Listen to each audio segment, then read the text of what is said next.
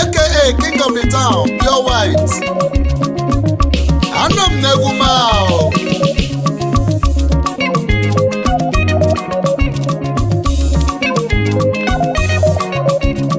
Arobi Nagume.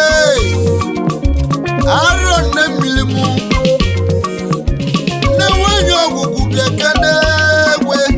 Nemuli Bobo Wawala. Abu Pulogu. Nemulogu netenemu abumulogu na bogibia Mubona jita wa moba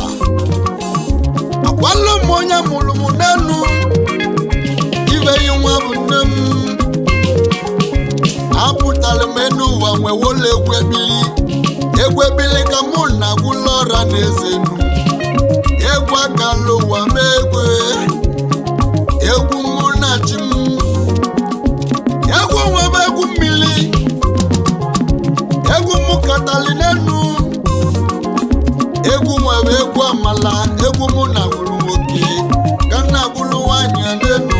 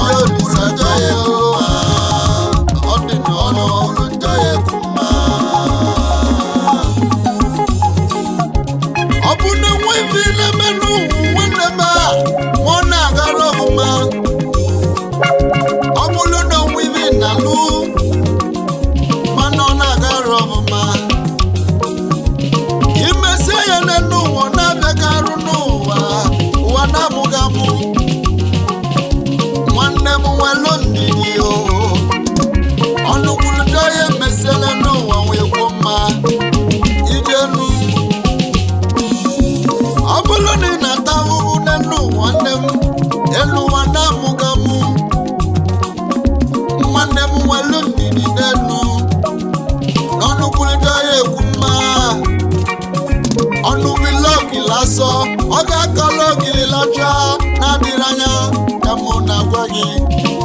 welundi dio Oga na diranya nenu wane megwe Onu kulita ye kuma Abalusia wambele Tukwe ya mwa Opanya biye muna yotuta ye kuma Ijenu Oluta ye kuma Ewa malaka muna Kuluta ye kuma Amala no bubo Kuluta ye kuma Amala no bubo Kuluta ye kuma Tukokelo wanelu Onu kuluta ye kuma Onu kuluta ye kuma Onu kuluta ye kuma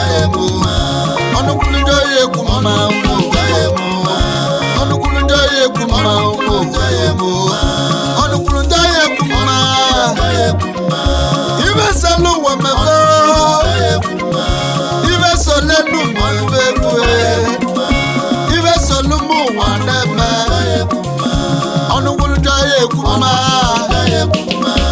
onu kwulu ndaye kuma no bebe onu kwulu ndaye kuma ni no bebe onu kwulu ndaye kuma no bebe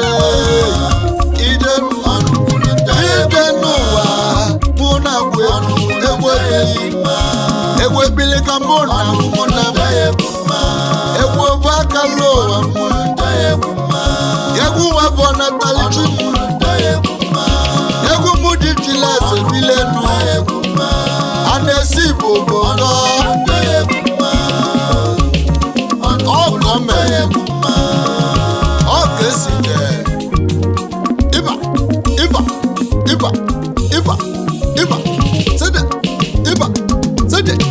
Iba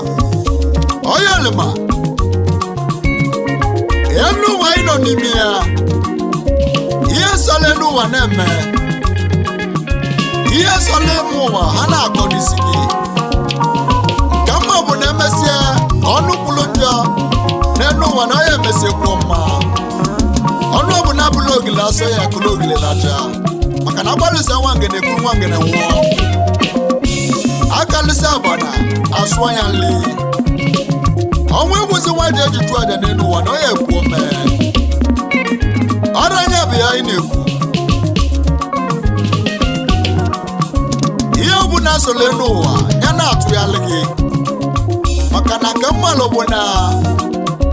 ana bu na kwulu njo na bi no oye mese ku ma maka na anya bu na sigi wa yiwu oye mese sigi hawa yiwu Sija Ibareba Anukulu daye kuma Anukulu daye kuma Anukulu daye kuma bobume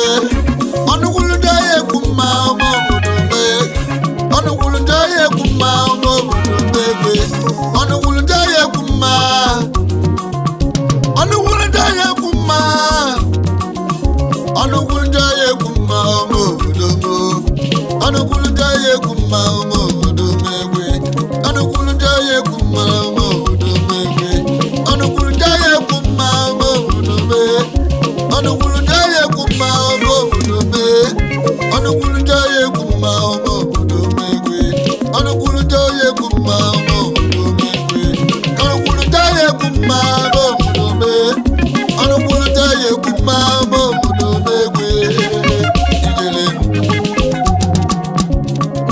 Chenwa mo bagu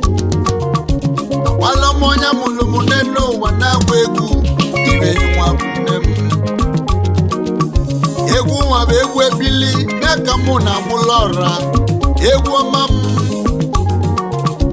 egu munetili ndimili egu na wulu joki kemu egu muna wulu madu egu muna wulu nwoke egu muna wulu nwanya ana magulo gbenye na gwulo ga ele